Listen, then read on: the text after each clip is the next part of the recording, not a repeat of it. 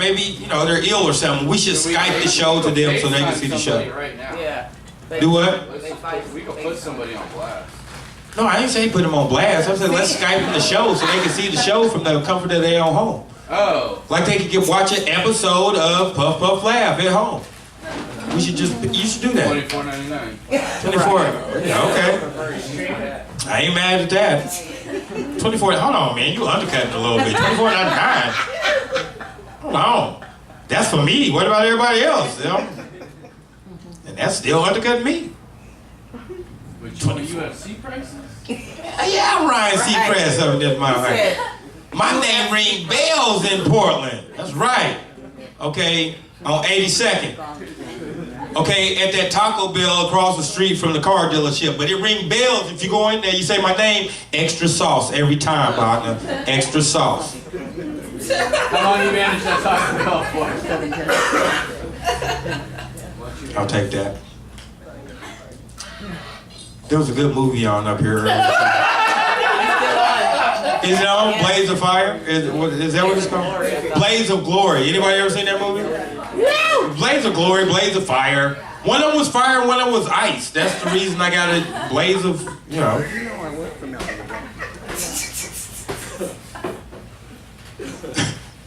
It was that dab I did at the back table back there. What was that? I'm just putting shit in my body. I have no fucking idea. I'm just like, hey, fuck it, it's here. There's 3 different Jack Russells all blasted at the same time. Okay, cool. I'm becoming a pro here. I'm a professional dabber. And I've still got some Cinex on there I'm about to do in a minute. I got a dab for you. You got a dab? Alright, yeah, I ain't fucking with you. You be dabbing shit. This is called car oil, man. Car oil. What the fuck? Nah, I'm cool. Is that 1040? Nah, I'm good. You dangerous with your dabs. You go all in. You go too hard. You're like an alcoholic on dabs. Like you just don't know when to stop. Whatever. Yeah, you know I'm telling the truth. I've seen you dabbed out. Like totally. The thing we had here, when Dre's son came through, Dr. Dre's son came through. Yeah. Yeah. Yeah, uh-huh. Yeah, you were high as shit. Oh, I was blown. Fucking awesome night. We're just talking like ain't nobody else in here and shit. Like, hey, what's up? I'll hit you on Facebook. Yep, I don't do that. Are you ready for the final comedian of the evening?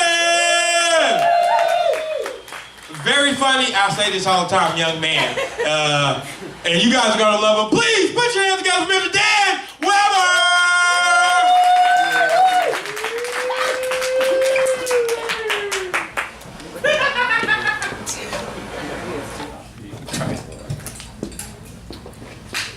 I wasn't sure if that was ever going to end. Hey man, remember that catalog we read together that one time? Hey, you guys mind if I read the phone book for like an hour for the next comedian? I just want to bring the room like right into the fucking cellar. I don't want to fucking have any energy left. Let's just talk about like marshmallow. We're going to talk about Jesus Christ. People say that weed's not dangerous. You just saw. Sometimes it causes trouble. It's not totally harmless. Clearly. I've done a lot of acid in my day. Like a lot. Yay! Right? Congratulations! Like, I don't know. And one of the things that happens when you do a lot of LSD, you'll run into things that I call acid ghosts. And these are people that show up, say something completely batshit insane, and then just disappear forever. Right? And one time I was walking around, this guy came walking up to me, and he's like, "My name is Houdini, and no one can see me." Shh, and then just ran off into the crowd. No, apropos of absolutely nothing. Another time, I was in a grocery store, which, by the way, is a terrible idea when you're on psychedelic drugs. It's very bright in there. Don't do it. But I was looking at the fish. For some reason, I was tripping out because I was like, is that still alive? Is that dead? I couldn't tell. And this guy came walking up and like whispered in my ear, like really creepily, "That fish looked like it died hard," and then just ran away. Like, fucked me up for like an afternoon. Another guy though, one time, this actually felt kind of like he wasn't actually joking. He came walking out of an alleyway, stumbled out of an alleyway, staggered up to me and was like, "I'm the king of the world!" And I was like, "I think you're fired. You suck at your job." And then, at the time, I was like, "There's no fucking way that guy's the king of the world." Now, like, I'm not so sure, you know? Like if somebody walked up to me in a pinstripe suit and a fucking briefcase and they're like, "I'm the king of the world," I'm like, nah. But if some hobo comes lurching out of a fucking alleyway drunk on Listerine, they're like, "I'm the king of the world," and they're like, checks out. It's the only way to explain the whole way the fucking world works is if dude's drunk on wood alcohol, half blind. Makes a lot more sense. I'm gonna talk about something timely right now. Christmas movies. I fucking hate them. I'm gonna ruin them all for you right now. I'm sorry ahead of time. Every single Christmas movie ever made is just the story of a white guy getting a second chance. That's it. I can prove it. Fucking throw out a Christmas movie. I'll fucking prove it. Any Christmas movie you can fucking think of. Christmas Carol. Christmas Carol? The one with fucking Ebenezer Scrooge and the three ghosts? Fuck yeah, that's a rich white guy gets a second chance. Fucking Christmas Story, that's a little white kid gets a second chance. Ernest Saves Christmas. Ernest Saves Christmas, hillbilly idiot gets a second chance. Medea's Family Christmas. One of the characters is a white guy who learns to love black people, gets a second chance. Absolutely true, 100%. All of them. One of the worst is one of my favorite movies, I can't hardly watch it anymore, is Bad Santa. Because that movie has a terrible lesson. It's like, if you're a white felon, you can get shot 17 times and live, but you better not be a black dwarf. You're gonna get shot, like you're gonna get killed, that's fucking awful. But my least favorite by far is A Christmas Carol. I fucking hate that movie so goddamn much. If you're not familiar with the story, it's the story of a man named Ebenezer Scrooge. He's this billionaire dickhead who just fucks with people. Anytime anybody asks him for anything, he's like, "Bah humbug!" Which I looked up, it means absolutely nothing. Like Dickens just made that shit up. And then there's another character, Bob Cratchit, and Bob Cratchit is supposedly the fucking protagonist of this story. He's supposedly the good guy. What kind of fucking monster names his disabled son Tiny Tim? That's fucking bullshit. Come on, Limpin' Larry, if you don't keep up, I'll send you to the textile mill. Like, what the fuck? Awful. Bullshit. So old Ebenezer has another day at the fucking hate mine or whatever he does for a living. He goes home and he gets visited by the ghost of his old partner, Jacob Marley, no relation to Bob. And he's like, "Oh, you know what? You're a rich white guy, so clearly you should get a second chance in life. You're going to be visited by 3 ghosts tonight, and afterwards, if you don't change your ways, I don't know what'll happen." Who cares? He doesn't ever say, he doesn't follow through on the threat, like, "You're gonna end up like me, a ghost traveling the world forever." It sounds pretty good. I don't know. So then he gets visited by the ghosts of Christmas past, present, and future, and really all they show him is like, Christmas is pretty cool for you back in the day, Christmas is cool for other people right now, and Christmas is gonna suck for you later because you're gonna die. And afterwards, Ebenezer Scrooge is like, fucking totally changed my ways. He runs through the streets of London, running up to people going, "Merry Christmas!" Try that. Try that anytime. You're gonna go to jail. That's what's gonna happen. And then he goes and he buys Tiny Tim a Christmas goose. Like that makes up for anything. I don't know, fucking Ebenezer, you billionaire. Why don't you just fucking millionaire him up a fucking set of new legs, you dick? Like why? Give him a surgery, not a turkey, you fucking asshole. It's not cool, man. And here's the thing, like, it's totally stupid to have movies where white guys get second chances, because that's like a gift we don't fucking need. You know what I'm saying? Like that's like giving an iPad to Steve Jobs. Like that's not, I got plenty of chances already. Like I don't need you to give me another one on Christmas. Is that too much for everyone? Like, That Christmas Carol's better than Muppet version. the Muppet version is better? Everything's better when you add a puppet. I mean, except for stand-up. Stand-up gets a fuck lot worse when you start adding ventriloquism. Like you can't. I saw a guy at the contest. So there's the Portland's Funniest Person contest. My buddy, a friend of the show and a really good guy, Noriko Ott, won it. If you haven't seen him, you are totally fucking up in life in general. But one year at the contest, this guy came out with a dummy, like a ventriloquist, and we were drunk. So Noriko and I were sitting at the same table, and he comes out, he's like, oh wait, I gotta go get my friend. And we both yelled out, ventriloquist! Like loud at the comedy show.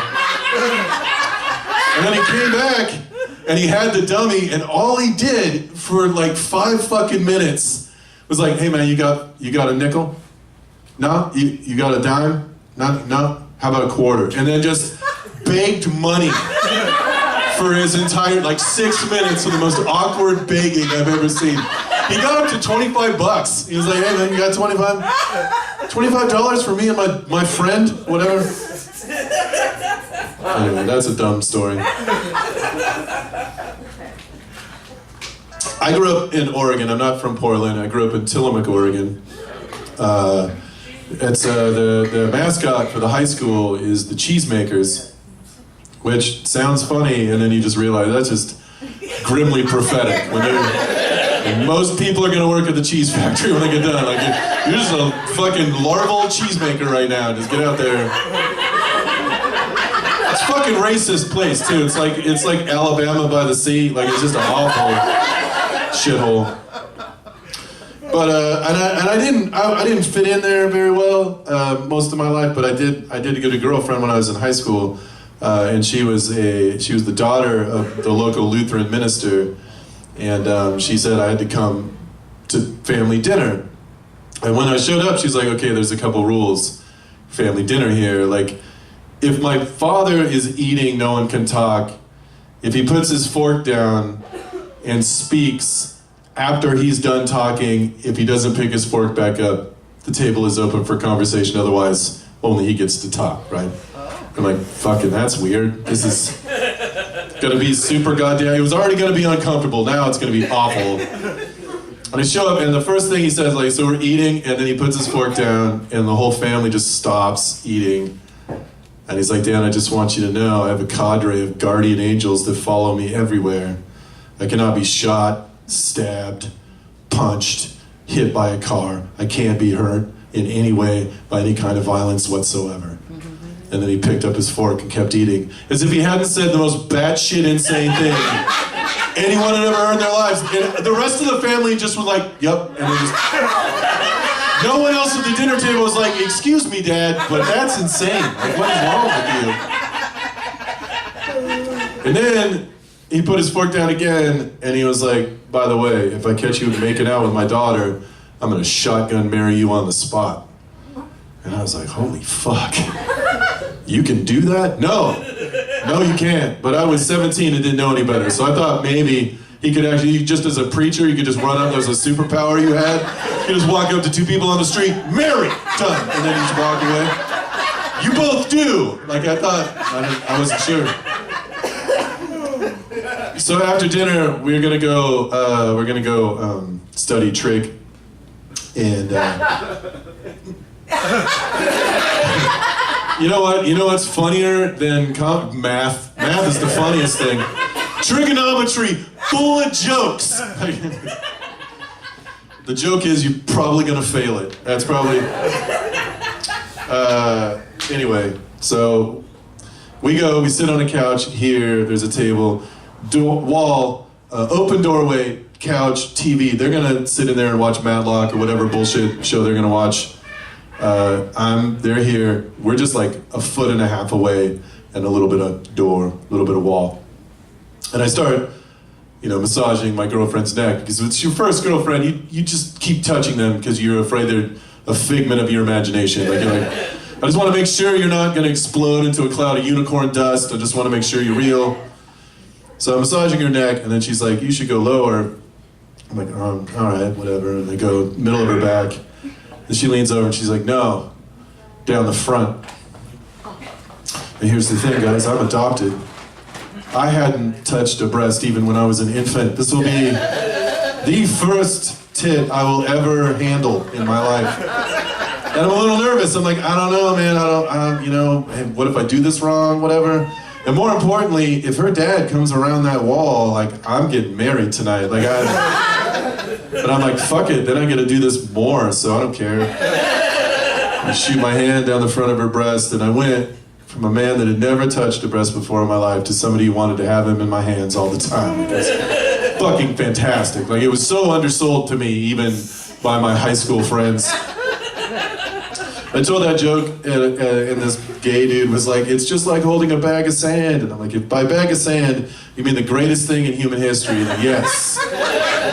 Otherwise, not a bag of sand. I also lived in Bend, Oregon for a while. When I was living there, I lived in I went to COCC, Cock on the Rock. It's just a fucking shitty community college. And I went there with a bunch of lunatic idiots. One of which was a man by the name of Billy Red Fox. Billy Red Fox's favorite drink was Everclear and water. That's what he drank.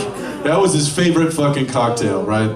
And so he was a lunatic, and for some reason, they let him take Metal Shop, and in Metal Shop, he made himself a knife that was no shit, like 2.5 feet long, and had a 1.5 handle, like a sword. He made himself a fucking weapon, and they were just like, that checks out, whatever, we don't care. So one day, me and some friends are hanging out in the parking lot next to the dormitory, and there's this little deer, yearling deer, just munching on some grass. And we're just chilling out, and then we see Billy Red Fox with a knife in his teeth peek around the corner, and we're like, oh, this is gonna be awesome. We better stay here. Like, I was thinking about leaving, not anymore. Like, I gotta see what this is fucking gonna happen. So then, he disappears again, he comes back around the corner just screaming at the top of his lungs, a big war cry, jumps into the air, and is gonna stab this fucking deer with his knife, this big ass knife.